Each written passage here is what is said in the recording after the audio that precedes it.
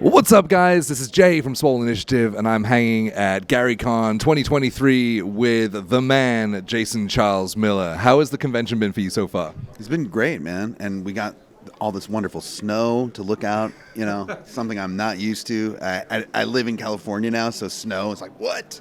Yeah, no, the convention's been great. Got to play some games, got to run some games, got to play a show, just got to hang out and reconnect with a bunch of great gamer buddies, That's awesome. You doing less conventions recently? Is there plans to do more in the coming year? Yeah, for me, obviously for most of us, 2020 and 2021 conventions weren't really happening. 2022 started to ease back into it, and now I've got, I think, 6 or 7 so far scheduled this year. Well, that's awesome. Hopefully I'll see you around on the circuit then. Yeah, I hope so. So not always from LA, a Virginian boy, right? Which is where I live now. I have to ask like a kind of chicken and the egg question. So what came first, the tabletop or the guitar? The tabletop came first. My cousin introduced me to Dungeons and Dragons when I was around 8 years old.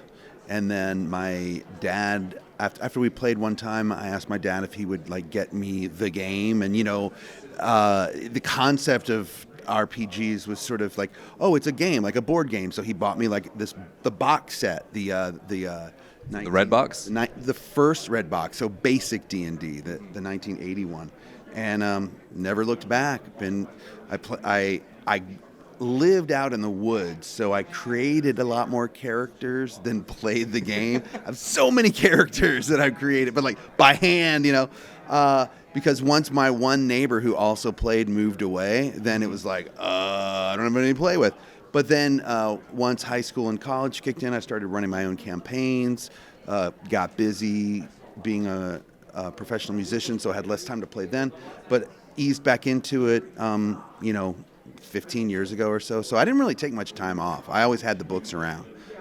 Yeah, so being like a master of many talents across composing and being a producer yourself and writing your own music, and would you say that the experience that you picked up running tables and things helped lead you into the VO side of things as well?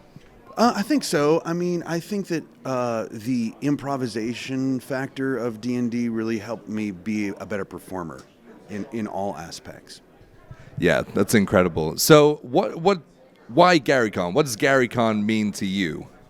Well, what it means to me is before I came here, I didn't know what it was going to mean to me. And then once I came here, it really means family. The first convention I ever went to as a kid was a con called CastleCon at the Dulles Airport Marriott, Nice. But it was very much like people were there to play games, to cosplay, to just sort of be a gathering of nerds, so to speak.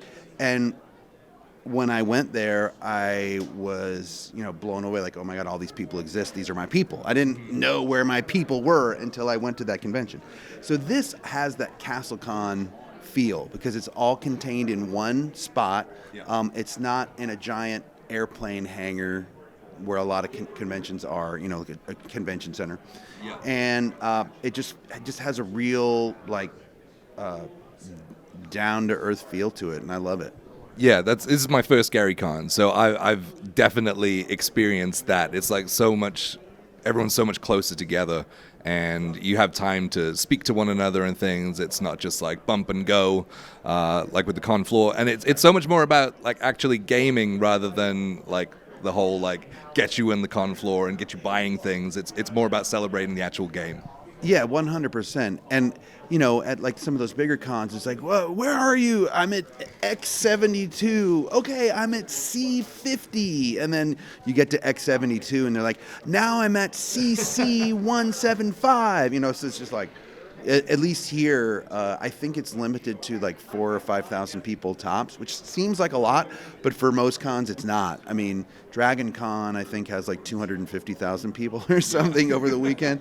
So, which I also love. I love Dragon Con, and they actually do a good job of keeping a lot of the events in the hotels which Right. makes it better. But some of the other cons that are just like you just feel like you're in a giant airplane hangar, and Yeah.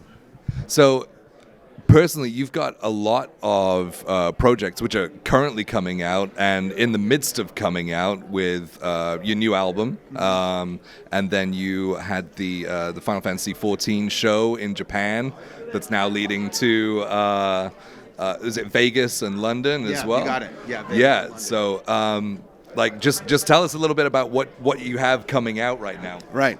So in 2021, I released 2 mini albums, and I was approached by a record label that said, "Hey, I want to license those from you and re-release them and re-promote them properly because I just did them myself, right?" And I was like, "No." And then they just kept coming, and I kept saying no, and then finally we worked it out. So May 5th. Cards on the Table. So it's a re-release of the albums that I put out in 21, but I added some extra tracks and re-recorded some tracks and remastered them. So if you're a diehard fan of mine, you may have heard these songs, some of them before, but I really wanted to get this out and then already working on the next one. So I've got that coming out May 5th. I'm currently my one of my side projects, Resodrone, which we're like a dark wave band. Yep. Yeah. We did a series of songs for Cyberpunk 2077, and now we're doing what they're calling Diablo Beats for Blizzard to promote Diablo 4. We're remixing all of the Diablo soundtracks 1, 2, 3, and 4, turning them into lo-fi, and just putting them out there for Blizzard to promote Diablo 4. Absolutely incredible.